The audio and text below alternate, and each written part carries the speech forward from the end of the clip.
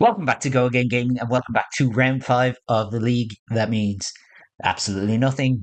Season 3. I am your voice of the league, Ian Holland, and we have a throwback matchup today. We have a heavy hitters matchup. We got Betsy, skin in the game, taking on Kassai of the Golden Sands. Aaron Merkel taking on Daniel Wallner. Warrior versus Guardian. Something very OG all the way back from Welcome to Wraith. We've had these classes the longest time in the game, and these are two heroes we are not seeing a lot of right now. Warrior is kind of on the downswing, and Guardian is really nowhere to be found unless you are a Jarl gamer. So, who's going to win? Generally speaking, I would say this is slightly Kassai favored. Overpower isn't quite as good against a deck with a lot of reactions, but there's only one way to find out. So we have the Queen of the Deathmatch Arena, Kassai of the Golden Sands, taking on the woman with the gambler spirit, Betsy, skin in the game, over in the gameplay right now.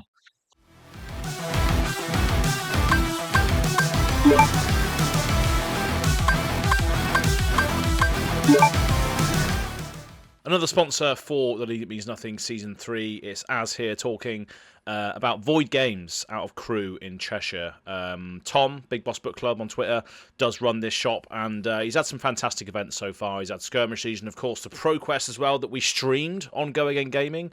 So just a fantastic shop that's got a lot going for it, and in the future it's going to have a lot more events as well, hopefully going forward. So make sure you go and check them out when you can. Pop in the store.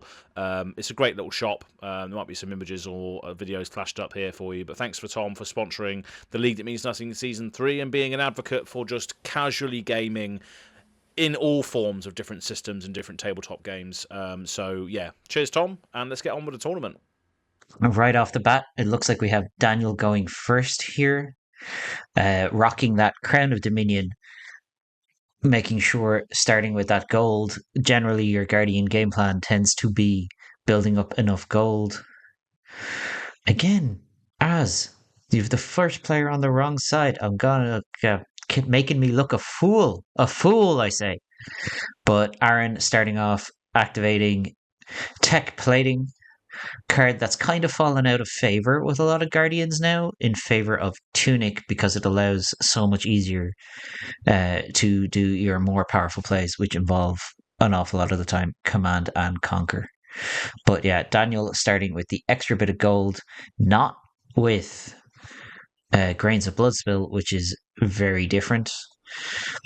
But here we have Betsy sending in a buckling blow, threatening to put a -1 counter on target equipment Daniel controls. One card in hand, one floating, nothing super dangerous here. This is a very easy block for 6. Aaron, I still hate your dice. As well for Kassai wanting to get cards into the graveyard to start activating the Kassai ability of banishing 2 reds and 2 yellows to threaten gold on hit. So we're blocking with a Slice and Dice red and a Blood on her hands. One of the power cards in Kassai, obviously, but if you have no copper, it's not very good, and sometimes you have to kill your darlings and just wait until you have the copper and the opportunity to set the turn up. Obviously, Kassai's other hero text is if you've drawn a card, your sword attacks cost 1 less to activate, which is pretty good in this situation. But here we have an unsheath, so next sword gets +3, and when it attacks, if its power is greater than twice its base, it gets go again. Pitching a raise an army, so that is the other reason to run Crown of Dominion here. It starts you off on 1 gold, and you want to just build up gold gradually over the course of the game in order to eventually raise an army of Centauri sellswords, because Guardian is not very efficient at clearing allies. This is one of the advantages that Droma has always had into Guardian, and Kassai does it and is also quite aggressive on top of that. Aaron meeting this Centauri Saber with a sink below. 1 damage is going to leak through, but we are not going to trigger the Centauri Saber's text of um, giving +1 to itself from blocking with attack actions. And generally speaking, Guardians have an awful lot of attack actions. But that's first blood here for Daniel, using the 1 resource floating to activate the Iron Song Versus, which will close the combat chain. And I assume we're following it up here, pitching a Blade Runner to attack with Hot Streak. Another card from heavy hitters. 2, when it's defended by an attack action, it gets go again. Aaron blocking with those civic steps right off the bat, obviously trying to set up something pretty effective for Betsy, but giving away quicken tokens to a deck with Valiant Dynamos is always a risky prospect. It means Kassai can block down further without having to generate their own go again. Lovely gold foil token there from Daniel. And is going to, not only are we doing that, we also get to puncture.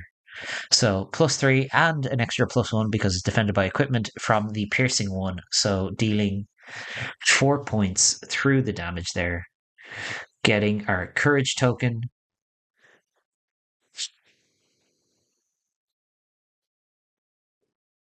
Now 2 cards to the bottom. We might yet see the Raisin Army again, but I imagine Daniel is hoping to not run that kind of long game. Seismic Surge here is going to trigger for Aaron. And then in comes, we go Tear Asunder.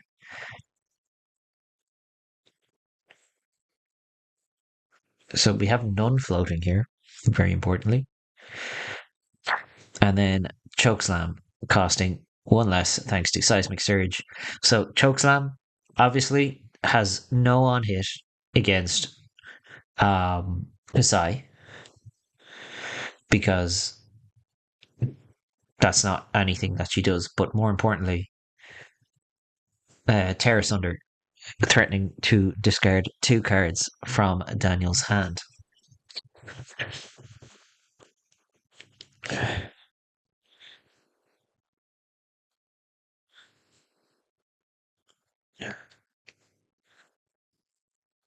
We might get some fridge out of Daniel here.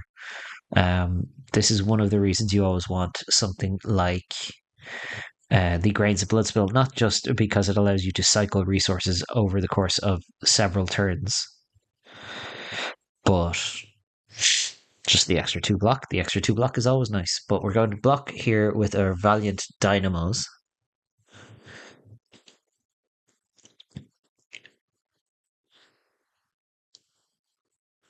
Are we going to commit any other blocks? Are we just going to give up 2 cards to this Tear Asunder and put some pressure back on Aaron?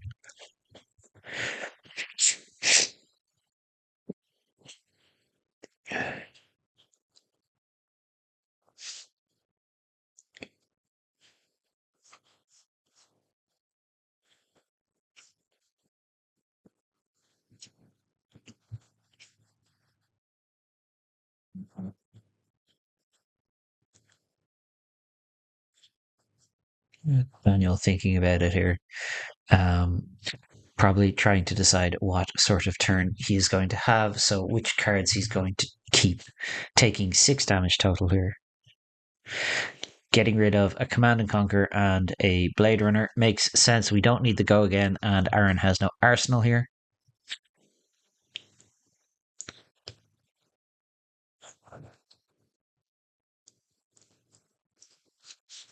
But we have a +1 and go again on board here. We're going to attack Centauri Saber. So Saber is coming in for 3 go again. We do have the ability to activate Kassai, because I do believe we have 2 yellows. But it's hard to say. Aaron, very free to give up his armor here when there's very little on hit. That's going to be quite the problem when something like Nourishing Emptiness gets played. Then Daniel just going to activate um, Iron Song versus and send in a hot streak. Going to set up an arsenal, threatening. Now, obviously, the tech plating is off the combat chain here, so it could be blocked again. Wouldn't be the best idea. No, just going to block with um, the gauntlets. Again, keeping the entire 4 card hand here and threatening to blunt any attack reactions that might be used. Ah, Daniel, missing your dynamo counter. That's why we attack. That's the point. That is our only source of value in the current Flesh and Blood game. Excuse me.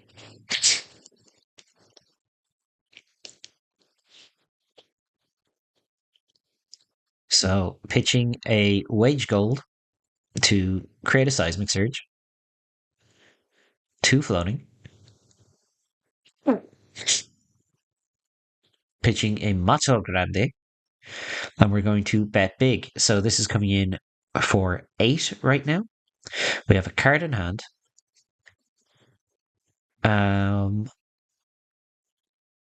We do have to. We have 1 floating right here.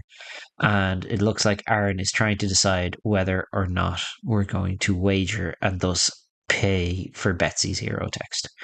Again, as I said, overpower, not mega relevant into Kassai, into Warrior in general. So this is not wagering. We are not betting big. Just simply sending 8 points of damage with 1 floating and 1 card in hand. What could it be? Nothing, probably. It is probably just an arsenal.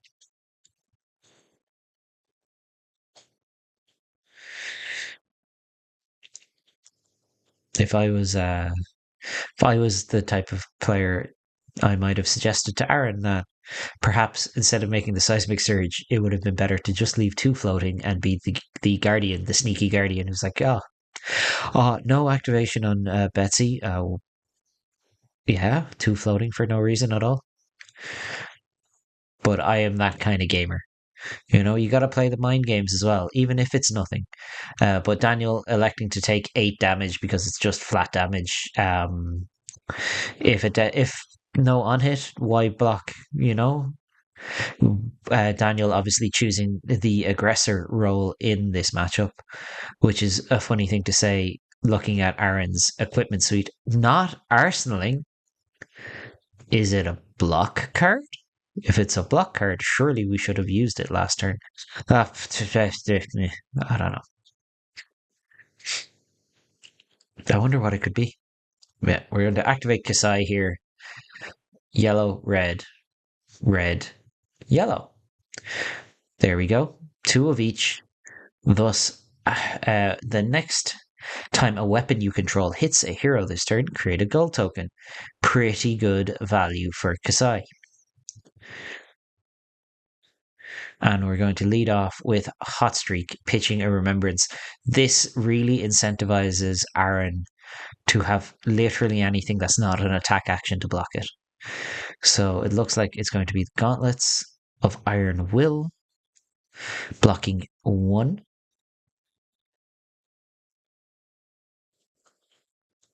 Which is going to blunt any pump this chain link, but Blade Runner pumps the next one. So this sword is going to go again, and we're threatening to deal 1 point of damage over the top here. Do we have a shelter from the storm or something to that effect? I wonder.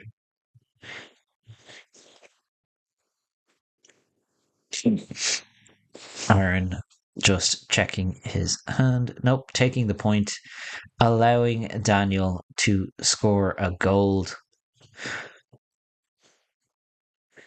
We have to pitch 1 more card to attack again here. Obviously, Centauri Saber gets +3. So combat chain is closed. Gauntlet of Iron Will is very deceased, and this is coming in here for 5 now and threatening a courage on hit.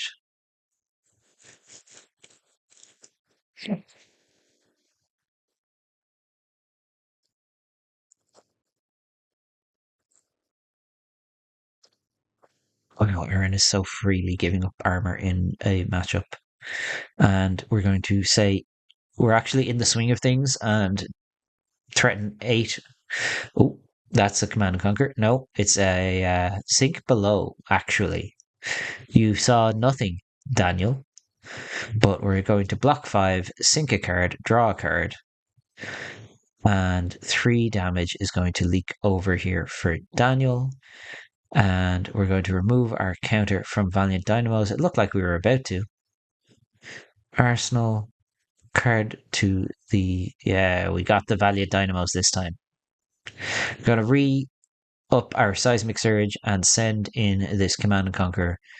Non-floating, 1 card in hand. This is a very clean 2-card block if Daniel so chooses.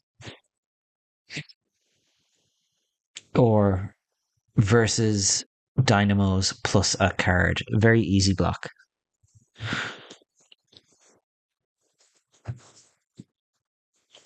Simply 2 cards, a Fatal Engagement, and something else. I have no idea.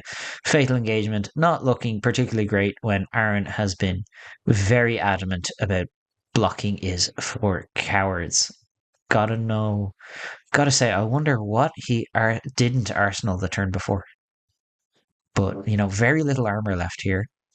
And in comes Centauri Saber for 3. So, what this tells me, and Warrior Mains in the comments can obviously correct me if I'm wrong. There's the test of strength anyway. So we have a buckle on top. Oh no, that's not a good way to win a test of strength at all. So it's going to be a draw. Betsy is not going to get any gold. No gold for anyone. Warrior Mains can correct me if I'm wrong. Obviously, leading with the Centauri Saber is just a way of saying to my opponent, hey, I already have Go Again locked up.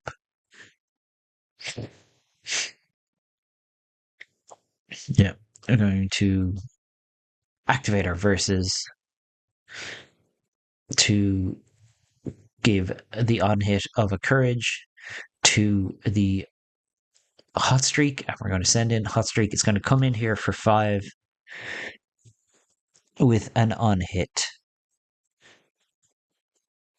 So far, we've seen Aaron reluctant to block with anything that isn't a defense reaction, armor, or a block card, and is happy enough to just try and throw damage back and just turn this one into a bit of a race.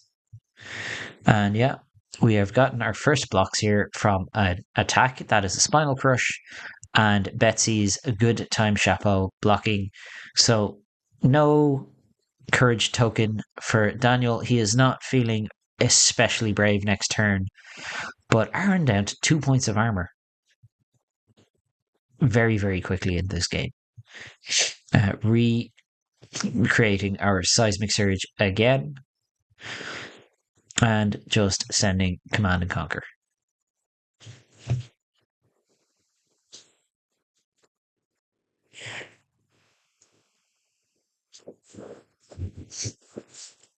Got Command and Conquer. We've got Valiant Dynamos committed to the block here.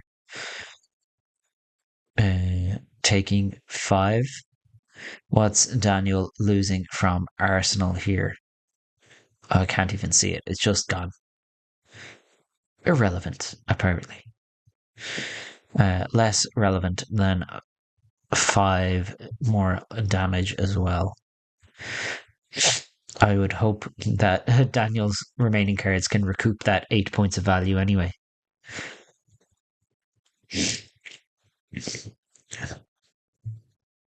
Let's see what we lead off with here.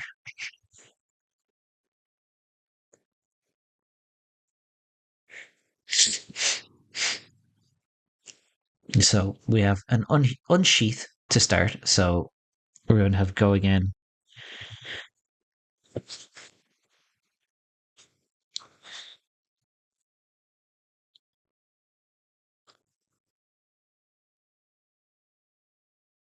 and a slice and dice as well. So first sword attack is going to have 4, and our following sword attack is going to get another +3.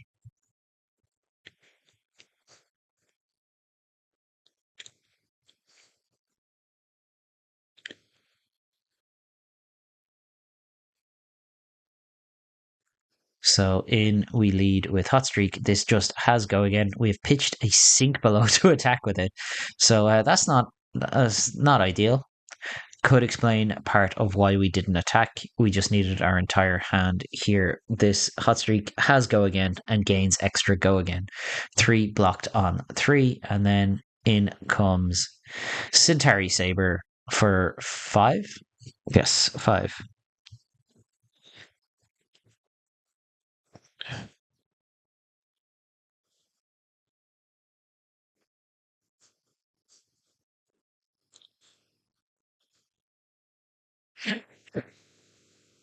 No threatening on hits here, just throwing 5 damage.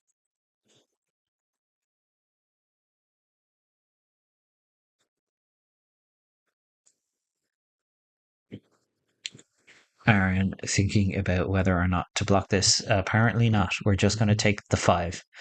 It looks like Aaron took an extra point there by accident. Aaron, don't lose the game by 1.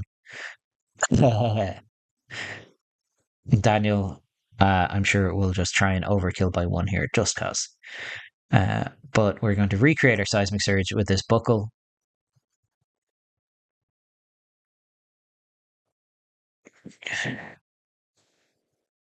And then we're going to. Didn't we do this last turn?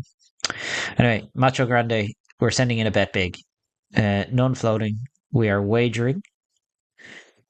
We're sending in 8 with a wager. So I don't believe we have any way of forcing this through, but what it is going to do is force cards out of Daniel's hand. But it also gives a vigor, a gold, and a might. And that third gold could be, kind of important, especially with the extra resource and the +1 damage. Yeah, looks like Daniel is ready to commit 8 block here. Blade Runner, slice and dice.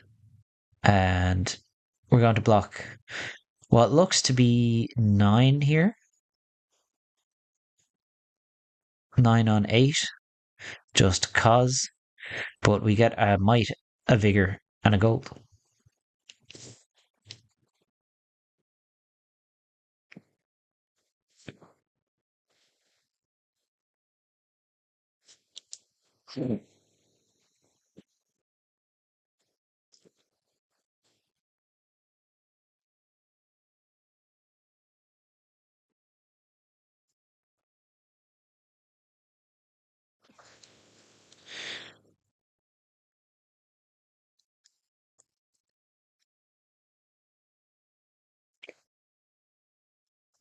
Might obviously being represented by a courage token here because it's not exactly something that Kassai has to worry about. It's almost exclusively Guardian and Brute.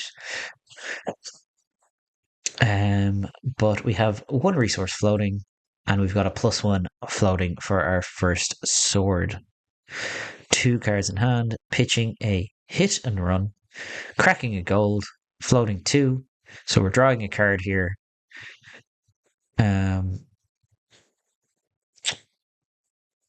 Sending in a Hot Streak starting off.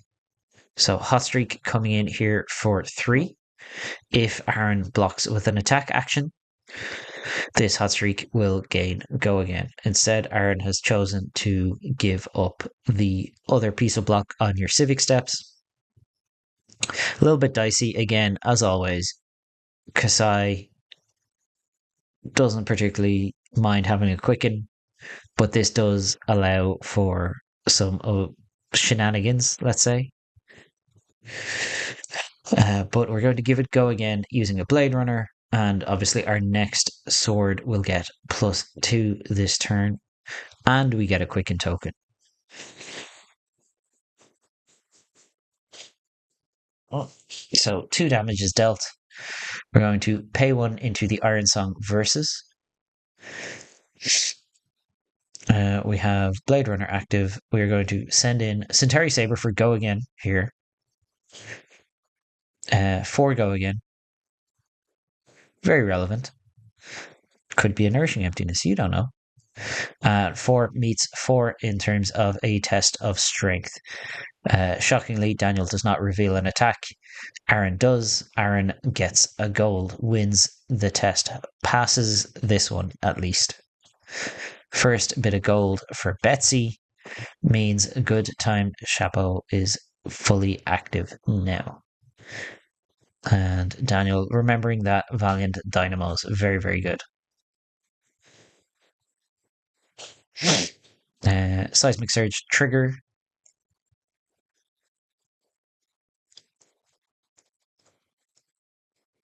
Pitching into Cranial Crush. Pretty good. 8. Pitching 5 total. A sink below. A money where your mouth is and a buckle. Those buckles are good in this matchup. Stop pitching them. Pitching 6 into Cranial Crush, sending in the art first appearance of Valda Brightaxe, a hero that we have just recently had spoiled for the upcoming ProQuest season. And that's going to meet 7 block, a Slice and Dice, a Glint the Quicksilver, and. Or is it 8 block? Slice and Dice, Glint the Quicksilver, and Valiant Dynamos. Tunic ticks up. We have plenty of cards if we have a desire to activate Kassai. Oh my god. Do you know, sometimes I never get bored of being right. Daniel making sure there's no attacks. Yeah. Dauntless, that's a unique one. I'll say that much. So Kassai activation on hit, our weapon will make a gold this turn.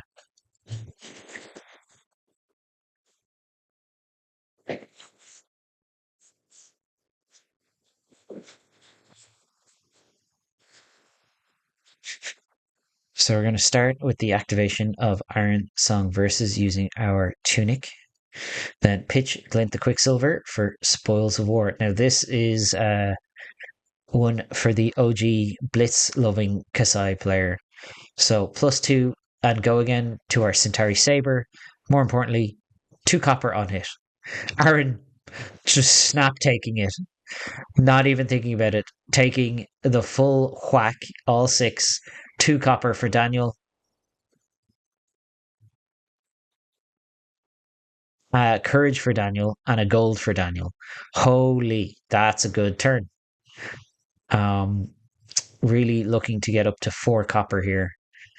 And then sending in a sword here for 4. 5, in fact. Aaron taking the 5. So 4 copper total for Daniel. Are we going to remember our copper tokens, Daniel? They're kind of important in your deck, Daniel. Daniel. Oh, thank God. Yeah. 4 cold foil copper tokens.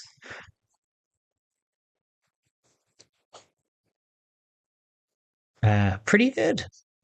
What the hell does Aaron have here? Pitching blue. Betting big. Are we wagering? We are. We have 2 floating.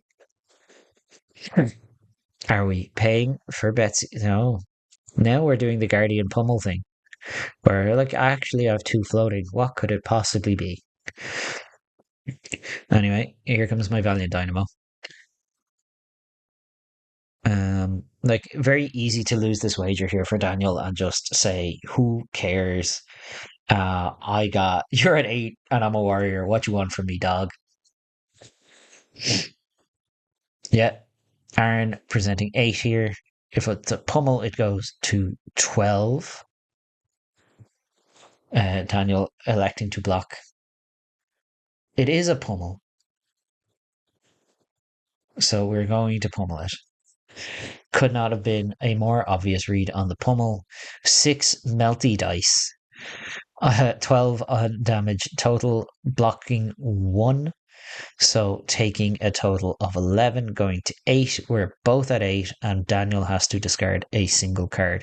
Something like a blood on our hands here is a good reason not to even consider blocking. Yeah, we're discarding a hit and run, going to 8. And obviously, Valiant Dynamos getting its -1 counter.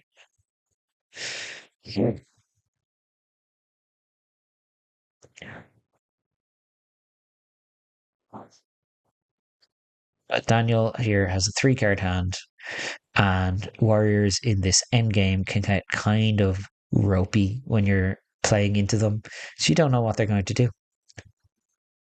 Oh, also, Aaron, yes, Aaron, you should have your tokens. Why wager if you're not going to win your wager? I don't need it, Aaron says, and in comes Hot Streak for 2. We probably have go again, but we don't know that.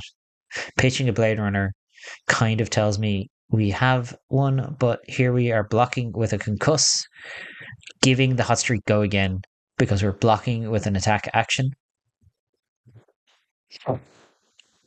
Daniel gets to think about whether we not want to drop something like a Blade Runner or not. We do anyway because we want the +3 and a Blade Flurry, so pushing this over by a point of damage and ensuring our next Centauri Saber is going to come in for lethal. So Centauri Saber now coming in for +3, +2. So coming in here for a total of 7, which is exactly Aaron's life total.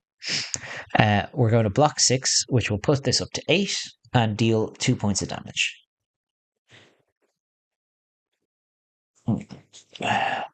Remove our counter from Valiant Dynamos. I can see why Daniel was in no major hurry to block. But here we have just got an Anothos for 4. Technically, this should be 5. And we should be able to create a seismic surge. Whether that will prompt Daniel to block or not is an entirely different situation when you're at 8 and you get to keep a 4-card hand going into your opponent at 5. The only thing I think that could prompt blocks here for Daniel would be having no go again available.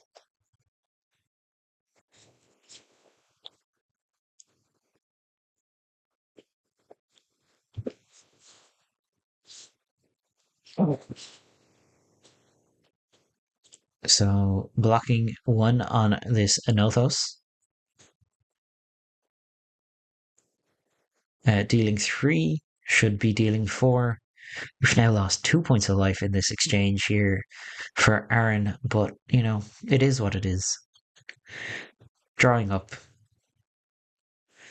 We're going to Gorganian Tome. That's a good start. Swords are now free.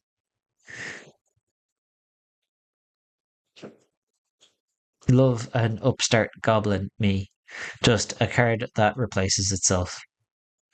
Also, always super fun in mirror matches. Where do you board it out? Do you wait to play yours? What do you do? Daniel obviously checking the graveyard to make sure where they're reds and yellows for Kassai activations. But we're going to. We've drawn a card and we're still going to pitch into Hot Streak. Good thing it means nothing after all, because that's a choice. That's a choice. So we're blocking with a non-attack action 2 on 2. Asking Daniel, do you have the go again? We do. We have a run through, which is from the Dorinthia v Reinar deck, and it is effectively just a yellow Blade Runner. But it is very specific in that it mentions swords and not one-handed weapon.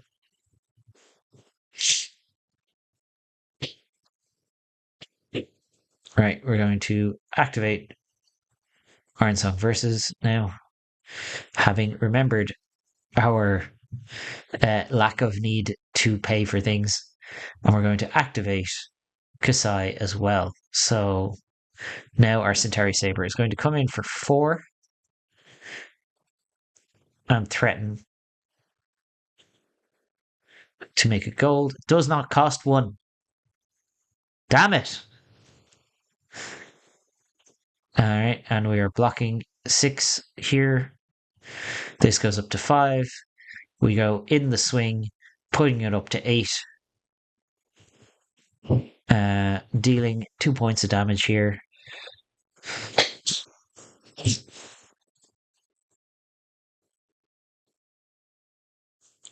Aaron goes to 3. We make a courage token. We make a gold token. We remove a counter from Dynamos.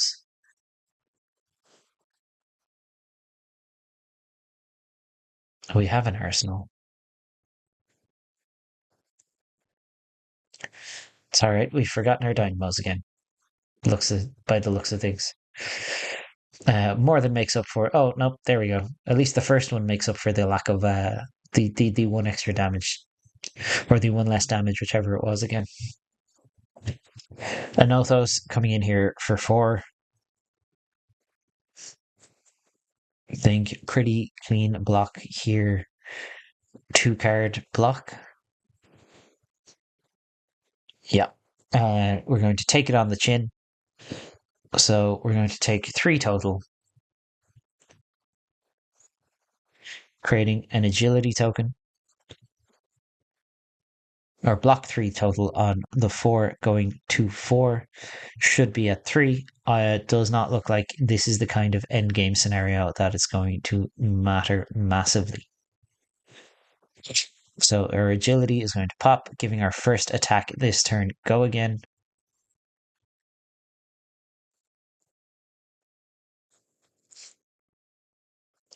Pitching a slice and dice to crack the gold. So now our swords are free.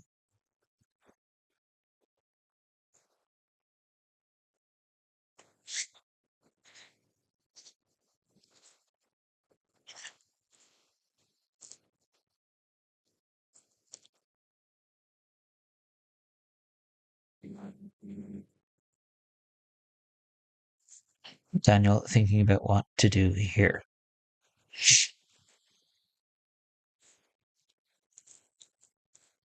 Aaron kind of stuck between a rock and a hard place now.